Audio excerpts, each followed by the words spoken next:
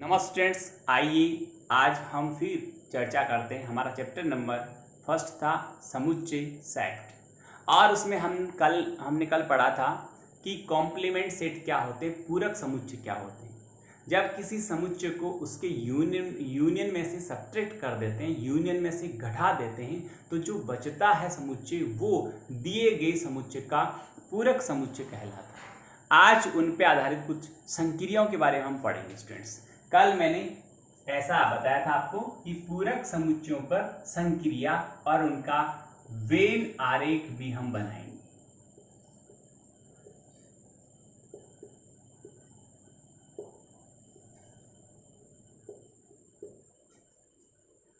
जैसे ए union B का पूरक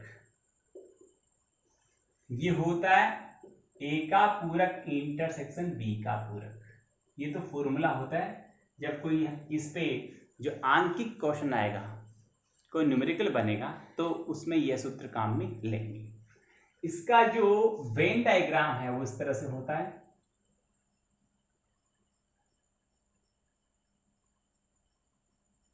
इस पूरे आयत को हम यूनियन मानते हैं। इसके अंदर हमें जितनी जरूरत है उतने हम सर्कल बनाएंगे और जरूरत उतनी है जितने हमें सेट लेने हैं। ए और बी दो सेट है तो हम दो सर्कल बनाएंगे। तो हमें ए यूनियन बी का ट्रांसपोज यानी ए यूनियन बी को छोड़कर बाकी सारा, तो ये ए मेरा जो मार्कर चल रहा है उसके अंदर जो भाग है उसे ए यूनियन बी कहते हैं। ओके, और इसके बाहर जो बच गया स्टूडेंट्स वो क्या है? वो है ए यूनियन बी का पूरक, कॉम्प्लीमेंट। समझ में आ गया? ए यूनियन बी का कॉम्प्लीमेंट यानी ए यूनियन बी ब्रैकेट्स में डैश, इसका वैल्यू इसके इक्वल होता है और उसका वेन डायग्राम इस प्रकार से बनाया जाता है। सेकंड की हम बात करें स्टूडेंट्स, तो ये फर्स्ट हो गया। सेकंड है हमारे पास कि ए इंटरसेक्शन बी का पूरक। ए इंटरसेक्शन बी का जब हम पूरक लेते हैं तो वो इसका जस्ट अपोजिट हो जाएगा। ए का ट्रांसपोज, ए का पूरक, ए का कॉम्प्लीमेंट और यूनियन बी का कॉम्प्लीमेंट। और इसका जो डायग्राम बनता है स्टूडेंट्स वो ये होता है, ये खुद यू हो गया और ये ए है और ये बी है। इन दोनों का इंटरसेक्शन, ये बीच में जो जगह है जहां देखना ये मेरा मार्कर चल रहा है, इतना एरिया इंटरसेक्शन है, सर्वनिष्ठ है, कॉमन है ए और बी में, ये वाला एरिया। इसको पूरक मतलब इसको छोड़ना है। इसको छोड़ोगे तो बाकी जितना भी भाग बच गया उसको आप सैडेड कर दें, छायांकित कर दें। तो रिमेनिंग जो सैडेड पोर्शन है वो डिनोट करेगा ए इंटरसेक्शन बी के इसको कॉम्प्लीमेंट को, पूरक को डिनोट करेगा। देखिए स्टूडेंट्स, समझ में आया होगा? ये दो वेन आरेख और प्लस जो पूरक समुच्चय होते हैं उनकी संक्रिया भी इन्हें हम कह सकते हैं। पूरक समुच्चयों में स्टूडेंट्स क्या होता है कि कुछ संक्रियाएं बनती हैं। जैसे सिंपल वे में हम समुच्चयों पे बात करें कि ए यूनियन बी में सदस्य कितने होंगे, एन मीन सदस्य, तो वो होते हैं ए के सदस्य। क्योंकि आगे ऐसे सवाल आ रहे हैं इसलिए मैं आपको ये सूत्र लिखवा रहा हूं, बी के सदस्य और माइनस जो दोनों में कॉमन है उनको हटा देना है। ये एक फॉर्मूला हो गया स्टूडेंट्स, ठीक है? ए यूनियन बी ज्ञात करने का, यहां से ए यूनियन बी भी ज्ञात कर सकते हैं और ए इंटरसेक्शन बी में कितने एलिमेंट्स हैं, कितने सदस्य हैं, उनकी संख्या हम ज्ञात कर सकते हैं। तो देखिए ये फॉर्मूला हो गया है, इस पे डिपेंड एक में सवाल लेता हूं, एग्जांपल लेता हूं। कह रहा है 35 स्टूडेंट्स हैं एक क्लास में, सॉरी 45, एक क्लास में 45 स्टूडेंट्स हैं। उनमें से 30 तो है वो क्रिकेट खेलना पसंद करते हैं, 20 है वो फुटबॉल खेलना पसंद करते हैं और प्रत्येक विद्यार्थी कम से कम एक खेल जरूर खेलता है। प्रत्येक विद्यार्थी कम से कम एक खेल जरूर खेलता है। इस सेंटेंस का, इस लाइन का, इस वर्ड का मीनिंग है कि क्लास का प्रत्येक स्टूडेंट्स खेल में भाग लेता है, चाहे वो क्रिकेट में ले, चाहे वो फुटबॉल में ले, और चाहे दोनों में ले। समझ में आ गई? तो हमें आगे सवाल पूछ रहा है कि ज्ञात कीजिए कितने विद्यार्थी ऐसे हैं जो दोनों खेलों में भाग लेते हैं। यदि क्लास का प्रत्येक विद्यार्थी खेल में भाग लेता है, स्पोर्ट्स में पार्टिसिपेट करता है, दैट मीन्स प्रत्येक विद्यार्थी या तो क्रिकेट खेलता है या फिर फुटबॉल खेलता है या फिर दोनों खेलता है। तो यूनियन क्या होता है कि क्रिकेट वाले प्लस फुटबॉल वाले और दोनों वाले, उन सबको मिला दे तो उसे यूनियन कहते हैं। तो प्रत्येक विद्यार्थी गेम खेलता है, स्पोर्ट्स में है, दैट मीन्स यूनियन हो गया 45। ठीक है, यूनियन हो गया 45। देखिए यहां पर मैं वेन डायग्राम को एक बार रीच करता हूं, आप देखिए और इस डाउट को हम सोल्व करते हैं। इसमें क्या है कि हमें इसको अलग अलग पार्ट्स में वैल्यूज को लिखना होगा। हम लिखेंगे, हमने क्या कहा है, ए कहा है हमने क्रिकेट खेलने वालों। हम यदि यहां पर डिफाइन करें, परिभाषित करें कि ए है, उनको कहा है हमने जो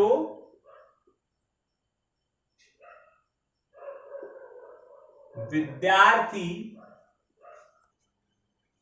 तो हम यहां जो विद्यार्थी क्रिकेट खेलते हैं उनको ए से लिखा है, और जो विद्यार्थी फुटबॉल खेलते हैं उनको हमने बी से दर्शाया, बी से लिखा है। अब देखिए स्टूडेंट्स क्या है स्थिति,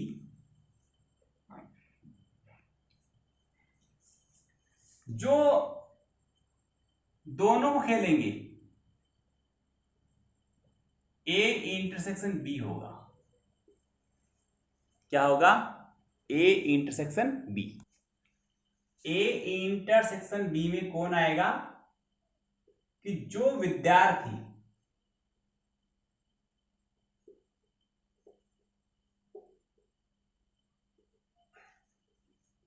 दोनों खेलता है,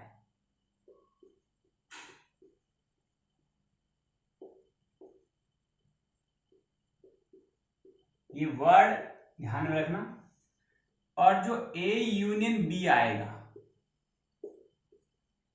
ठीक है, उनका जो, उसे हम यूनियन तो कहते ही हैं, साथ में कम से कम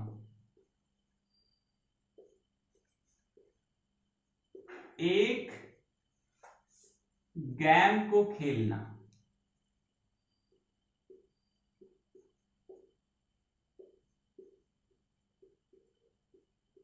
ओके, कम से कम एक गेम को खेलना यूनियन हो गया। दोनों जो खेलेंगे उनको अपन ए इंटरसेक्शन बी से दर्शाएंगे, और जो बी को खेलेगा, जो सॉरी फुटबॉल खेलेगा वो बी से होगा, और जो क्रिकेट खेलेगा वो ए से होगा। तो हमारे पास जो क्रिकेट खेलने वालों की संख्या है वो है स्टूडेंट्स 30। ओके, और जो फुटबॉल खेलते हैं उनकी संख्या है 20, और जो कम से कम एक गेम को खेलते हैं अर्थात यूनियन है हमारे पास 45। तो स्टूडेंट्स हमारे पास फॉर्मूला ये होता है कि एन ए यूनियन बी बराबर N A plus N B minus N A intersection B. Okay, union हमें गिवन है 45, जो मैंने वहां पर लिखा है, ये रहा 45, और एन ए हमारे पास 30, एन बी 20, और ये हमें मालूम नहीं, यानी दोनों जो खेलते हैं क्रिकेट और फुटबॉल दोनों गेम जो खेलते हैं उनकी संख्या हमें पता नहीं। इस भाग को मैं ट्रांसफर करूंगा इधर लेफ्ट में, तो उधर ये माइनस का इधर आएगा तो प्लस का हो जाएगा। उधर 30 और 20 50 हो गए स्टूडेंट्स। ये 45 उधर ट्रांसफर करूंगा तो माइनस का 45 हो गया। तो हमारे पास A इंटरसेक्शन B का रिजल्ट आया 5। यानी A इंटरसेक्शन B हमने कहा था जो दोनों गेम खेलते हैं उनको हमने A इंटरसेक्शन B कहा है, अर्थात दोनों गेम खेलने वालों की संख्या कितनी है? 5 है। समझ में आ गई इतनी बात? एक और एग्जाम्पल है वो मैं लेता हूं, जरा देखिए कि किसी विद्यालय की क्रिकेट टीम में 22, हॉकी में 25, फुटबॉल में 30 लड़के हैं। यदि 15 लड़के हॉकी और क्रिकेट दोनों खेलते हैं, मैं एक बार बोर्ड पे इन सबको लिखता हूं तो आपको समझ में आएगा अच्छे से।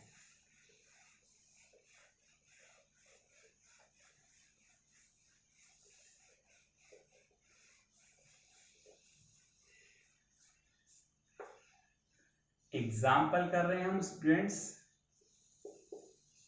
और उसमें क्रिकेट है, हॉकी है और फुटबॉल है। तो सी किसको हम लिखते हैं? क्रिकेट को, ठीक है, और एच लिखते हैं हॉकी को, और एफ लिखते हैं फुटबॉल को।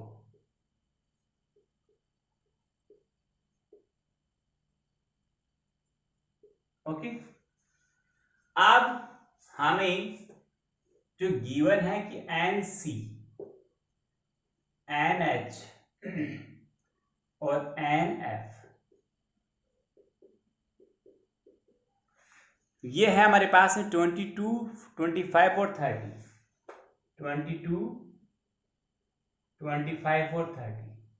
ओके, और हमें नेक्स्ट में गिवन है सी इंटरसेक्शन एच, यानी क्रिकेट और हॉकी जो दोनों गेम खेलते हैं उनकी संख्या है स्टूडेंट्स हमारे पास में 15,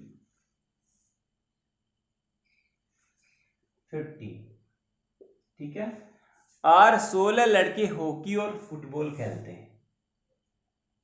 16 लड़के हॉकी और फुटबॉल खेलते हैं, यानी दोनों कॉमन हो गए दोनों में, और 13 लड़के फुटबॉल और क्रिकेट खेलते हैं। 13 लड़के फुटबॉल और क्रिकेट खेलते हैं। ओके, अब तीनों गेम ऐसे भी होंगे जो क्रिकेट भी खेलता है, हॉकी भी खेलता है और फुटबॉल भी खेलता है, ऐसा भी होगा, वो देखते कौन है। तो वो है हमारे पास 9 लड़के जो तीनों खेलते हैं। थर्ड कॉलम में लिखूंगा मैं जो क्रिकेट, इंटरसेक्शन हॉकी और इंटरसेक्शन फुटबॉल, वो लड़के हैं 9। अब हमें इन सब को मिलाकर वो संख्या पता करनी है कि कम से कम एक ना एक गेम जरूर खेलता हो। उन स्टूडेंट्स की संख्या पता करनी है जो कम से कम या कोई ना कोई एक गेम जरूर खेलता हो। कम से कम या कोई ना कोई एक गेम खेलने वालों की संख्या, इनका यूनियन होगा। क्या होगा? इनका यूनियन। तो देखिए हमें चाहिए एन संख्या किसमें? Cricket union hockey union football. तो यहां पर आएगा N cricket plus N hockey plus N football और फिर माइनस एन क्रिकेट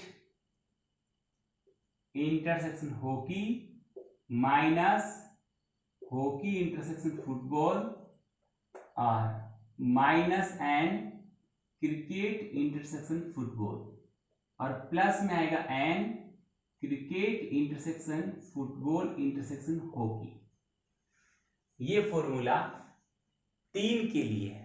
3 समुच्चयों का यूनियन ज्ञात करेंगे, वो इस तरह से ज्ञात करेंगे। वैल्यू रखी जाए एनसी पड़ा 22, फिर पड़ा 25 और फिर पड़ा 30, तीनों वैल्यू मैंने पुट कर दिया। ये रही एनसी, एनएच और एनएफ। फिर इंटरसेक्शन किसका, सी और एच का, वो 15, दो दो के इंटरसेक्शन घटेंगी, वो 16 और 13 प्लस के 9, 16 करेंगे तो ये हो गया 47, 77 और 9 86 माइनस 31 और 44। वापस देख ले, 47, 30, 77 और 9 86 और 15, 16, 31 और 13 44। रिजल्ट है हमारे पास में 42। तो कुल 42 स्टूडेंट्स ऐसे हैं जो कोई ना कोई एक गेम अवश्य खेलते हैं। स्टूडेंट्स, आज की टॉपिक में, आज क्लास में इतना ही है। ये सबसे इम्पोर्टेंट एक फॉर्मूला है जो आपको याद रखना है और इससे रिलेटेड एग्जाम्पल जो भी अपनी बुक में है वो फेयर कॉपी में करने हैं। बहुत बहुत धन्यवाद।